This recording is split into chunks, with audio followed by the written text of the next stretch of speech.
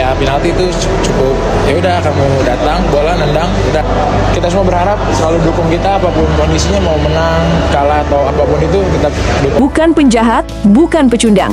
Israr Megantara cetak 3 gol, tapi dihabisi warganet usai final Piala Asia Futsal 2026. Ternyata kisahnya bikin haru.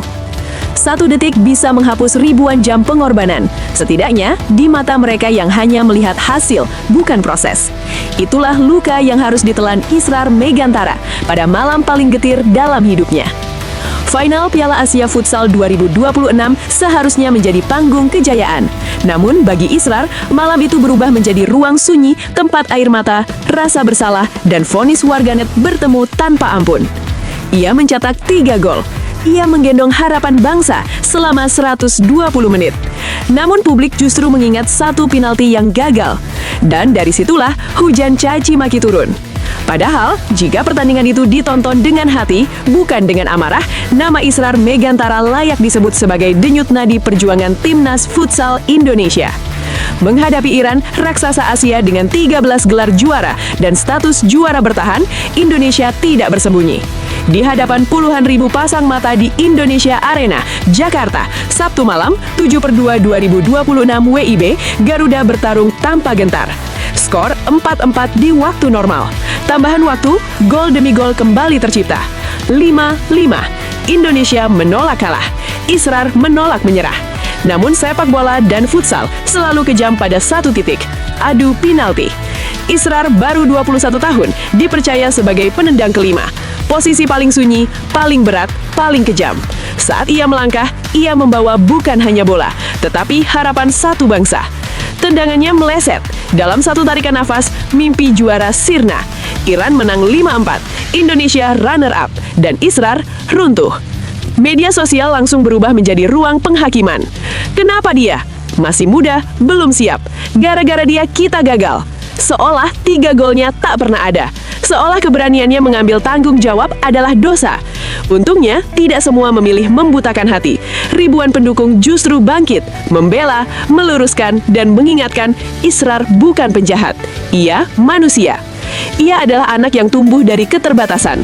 Ia adalah mimpi panjang yang akhirnya sampai, meski harus terluka dulu. Kisah Israr tidak dimulai di stadion megah.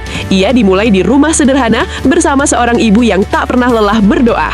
Fitri Wahyuni, 47 tahun, ibunya masih mengingat jelas bagaimana putranya jatuh cinta pada futsal sejak kecil, saat olahraga ini belum menjanjikan apapun selain lelah. Latihan bisa 3 kali sehari, pulang capek, besoknya futsal lagi. Tidak pernah berhenti. Ujarnya lirih. Masalah ekonomi menjadi tembok paling tinggi.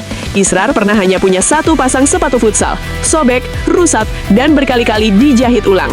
Pernah mau tanding, sepatunya sobek. Dia cuma minta uang buat sol sepatu. Saya cuma bisa berdoa, semoga Allah balas semua usaha anak saya, kata Fitri dengan mata yang tak lagi mampu menahan. Dan doa itu dijawab, perlahan, lewat keringat dan luka. Dari Halus FC, Bintang Timur Surabaya, hingga Cosmo JNE FC. Dari pemain muda biasa, menjadi pivot andalan. Dari anak yang sepatu pun tak punya, kini menjadi pencetak sejarah. Medali emas SEA Games 2025, runner-up Piala Asia Futsal 2026, dan 3 gol di final melawan Iran. Usai laga, momen paling memelukan terjadi. Israr naik ke tribun. Ia memeluk ibunya. Bahunya bergetar, air mata tumpah. Tak ada kata, hanya rasa bersalah setelah gagal penalti yang terlalu besar untuk anak seusianya. Di luar lapangan, Israr adalah anak yang sejak usia 17 tahun menjadi tulang punggung keluarga. Gajinya bukan untuk gaya hidup, tapi untuk kebutuhan rumah. Ia menyumbang sepatu dan jersey untuk anak kurang mampu. Ia membantu pembangunan masjid. Ia memilih memberi karena ia tahu rasanya kekurangan. Katanya, kasih saja ke anak yang butuh. Dulu dia juga pernah di posisi itu, tutur sang ibu sambil menangis. Maka jika hari ini masih ada yang menyalahkan Israr Megantara, barangkali mereka hanya melihat 1 detik kegagalan tanpa pernah memahami bertahun-tahun pengorbanan. Dalam olahraga terutama futsal dan sepak bola, kegagalan seringkali dicari wajahnya. Dan terlalu sering, wajah itu adalah pemain paling muda, paling berani, dan paling terlihat. Israr Megantara memenuhi ketiganya. Kita lupa bahwa penalti kelima bukanlah hukuman, melainkan kepercayaan. Pelatih tidak menunjuk Israr karena ia lemah, tetapi karena ia cukup kuat secara mental untuk menanggung beban paling berat. Jika penalti itu masuk, ia akan dielu-elukan. Namun karena gagal, ia justru dijadikan sasaran amarah, sebuah ironi yang terlalu sering terjadi di negeri ini. Menghukum Israr hanya karena satu tendangan yang meleset adalah bentuk ketidakadilan paling telanjang dalam olahraga. Tanpa 3 golnya, Indonesia bahkan tidak akan pernah sampai ke adu penalti.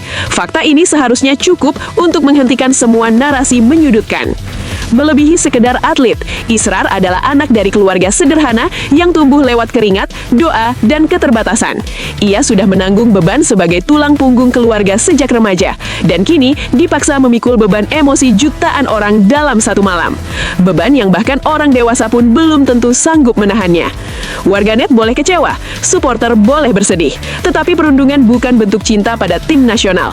Menyalahkan satu pemain muda atas kegagalan kolektif justru mencerminkan kegagalan kita sebagai penonton yang beradab.